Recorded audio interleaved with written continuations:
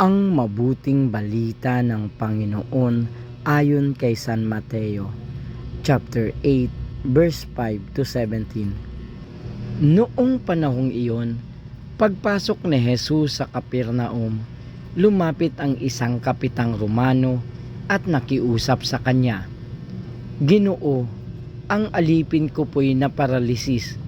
Siya'y nararatay sa amin at lubhang nahihirapan. Paroroon ako at pagagalingin siya," sabi ni Jesus. Ngunit sumagot sa kanya ang kapitan, "Ginoo, hindi po ako karapat-dapat na puntahan pa ninyo sa aking bahay.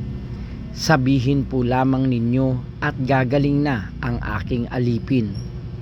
Ako'y nasa ilalim ng mga nakatataas na pinuno at ako man ay may nasasakupang mga kawal. Kung sabihin ko sa isa, humayo ka, siya'y humahayo, at sa iba, halika, siya'y lumalapit. At sa aking alipin, gawin mo ito, at ginagawa niya." Namangha si Jesus nang marinig ito at sinabi niya sa mga taong sumusunod sa kanya, "Sinasabi ko sa inyo na hindi ako nakatagpo kahit sa Israel ng ganito kalaking pananalig.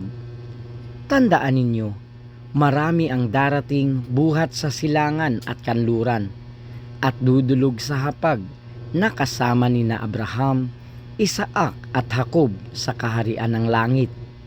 Ngunit marami sa lipi ng Israel ang itatapon sa kadiliman sa labas.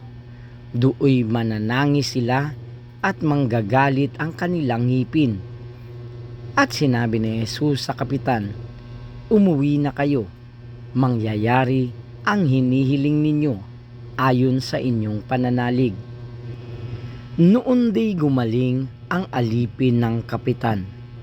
Pumunta si Jesus sa bahay ni Pedro at dooy nakita niya ang biyanan nito, nakahiga at inaapoy ng lagnat.